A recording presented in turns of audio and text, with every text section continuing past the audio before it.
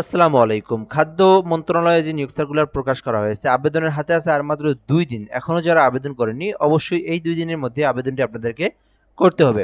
এই নিয়োগ সার্কুলারে কিন্তু বাংলাদেশের যেকোনো জেলার যেকোনো প্রার্থী আবেদন করতে পারবেন। অনলাইনের মাধ্যমে আবেদন করতে হবে। সরকারি স্থায়ী রাজস্ব খাতভুক্ত একটি নিয়োগ সার্কুলার, যেখানে বলা হয়েছে বাংলাদেশের প্রকৃত যেকোনো নাগরিকেরা আবেদন করতে পারবেন। মানে ৬৪ জেলার যেকোনো প্রার্থী আবেদন করতে পারবেন। আর আবেদনের জন্য একটা লিঙ্ক দেখতে পারতেছেন, mofoodteletalk.com মূলত এই লিঙ্কে প্রবেশ করে আপনাকে আবেদনটি করতে হবে এবং অবশ্যই অনলাইনের মাধ্যমে আবেদন করতে হবে। অনলাইন ছাড়া আবেদন করা যাবে না। এই ছিল মূলত বেসিক বিষয়। আমরা এখান থেকে দেখব স্টেপ বাই স্টেপ অনেকগুলো পদের সংখ্যা রয়েছে। এসএসসি পাস থেকে আবেদন করা যাবে। তার আগে আপনাদেরকে একটা বিষয় জানিয়ে রাখি, যারা আমাদের ফেসবুক থেকে ভিডিওটা দেখতেছেন, জব প্লাস বিডি পেজ থেকে ভিডিও দেখলে অবশ্যই আপনারা, যদি আপনি ফলো দেওয়া না থাকে, অবশ্যই চ্যানেলটি আপনার পেজটিতে ফলো করে রাখবেন। আর যদি ইউটিউব থেকে দেখে থাকেন, আমাদের ইউটিউব চ্যানেলের নাম এমআর রাইহান হাসান। এখান থেকে দেখে থাকলে অবশ্যই চ্যানেলটিতে সাবস্ক্রাইব করে রাখবেন। এই পেজ এবং এই চ্যানেলের মাধ্যমে কিন্তু আমরা বাংলাদেশের সকল সরকারি নিয়োগ সার্কুলারগুলো আপলোড করে থাকি। যে যেখান থেকে দেখবেন আমাদের সঙ্গে যুক্ত থাকবেন, পরবর্তী সকল নিয়োগ সার্কুলার আপনি সবার আগে জেনে নিতে পারবেন। তো এখানে প্রথম পদের নাম ৬০ মুদ্রাক্ষরিক কাম কম্পিউটার অপারেটর রয়েছে। ১৩ গ্রেডে নিয়োগ দেওয়া হয়েছে। ২টি পদ রয়েছে। আবেদনের জন্য শিক্ষাগত যোগ্যতা চাওয়া হয়েছে স্নাতক অথবা ডিগ্রি, অর্থাৎ যারা শুধুমাত্র অনার্স পাস করেছেন অথবা যারা শুধুমাত্র ডিগ্রি পাস করেছেন এবং যাদের কম্পিউটার সম্পর্কে বেসিক নলেজ রয়েছে বা টাইপের ভালো একটা এক্সপিরিয়েন্স রয়েছে, তারা কিন্তু ৬০ মুদ্রাক্ষরিক কাম কম্পিউটার পদে আবেদন করতে পারবেন। এই ছিল মূলত বিষয়। দ্বিতীয় পদের নাম অফিস সহকারী কাম কম্পিউটার মুদ্রাক্ষরিক। ১৬তম গ্রেডে নিয়োগ দেওয়া হবে। একটি পদ রয়েছে।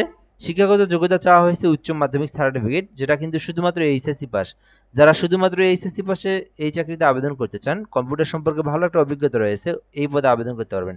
এছাড়াও রয়েছে অফিস সহায়ক, যেখানে কিন্তু ১৫টি পদ রয়েছে। মোটামুটি এই সার্কুলারের মধ্যে এটা কিন্তু একটি বড় পদের সঙ্গে নিয়োগ সার্কুলার। অফিস সহায়ক ২০তম গ্রেড, ১৫টি পদ রয়েছে। শুধুমাত্র এসএসসি পাশে আবেদন করা যাবে। আলাদা কোনো অভিজ্ঞতা, কোনো কিছুরই প্রয়োজন নাই। জাস্ট এসএসসি পাশেই আপনারা আবেদনটি করতে পারবেন। তো আপনার শিক্ষাগত যোগ্যতা অনুযায়ী এই সার্কুলারের মধ্যে যে পদে চান সেই পদে আবেদন করতে পারবেন।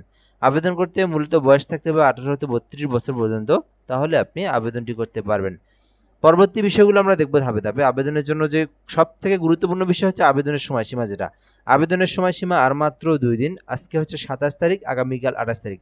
এই নিয়োগ সার্কুলারটি নিয়ে এটি শেষ ভিডিও, এর পরবর্তী কোনো ভিডিও পাবেন না। আর যারা এখনও আবেদন করেননি, যারা ২৭ তারিখে ভিডিওটা দেখতেছেন অথবা আগামীকাল ২৮ তারিখে ভিডিওটা দেখবেন, ২৮ তারিখ বিকাল ৫ ঘটিকা পর্যন্ত সময় রয়েছে, এর মধ্যে আবেদন করবেন। আর নিজেরা যারা আবেদন করতে পারেন, mofoodteletalk.com লিঙ্কে প্রবেশ করে আবেদনটা করবেন। ঠিক আছে?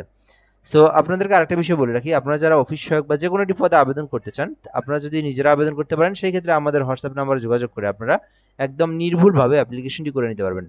আর এর পরবর্তী স্টেপগুলো আমরা দেখব। নিজেরা যারা আবেদন করবেন, আবেদন করার পরে সরকারি ফি যেটা, সেটা আপনারা পে করবেন। তো এখানে বলা হয়েছে যে ১ নম্বর ক্রমিকে যদি আবেদন করে থাকেন অথবা ২ নম্বর ক্রমিকে আবেদন করে থাকেন, ১১২ টাকা আপনাদেরকে পেমেন্ট চার্জ দিতে হবে।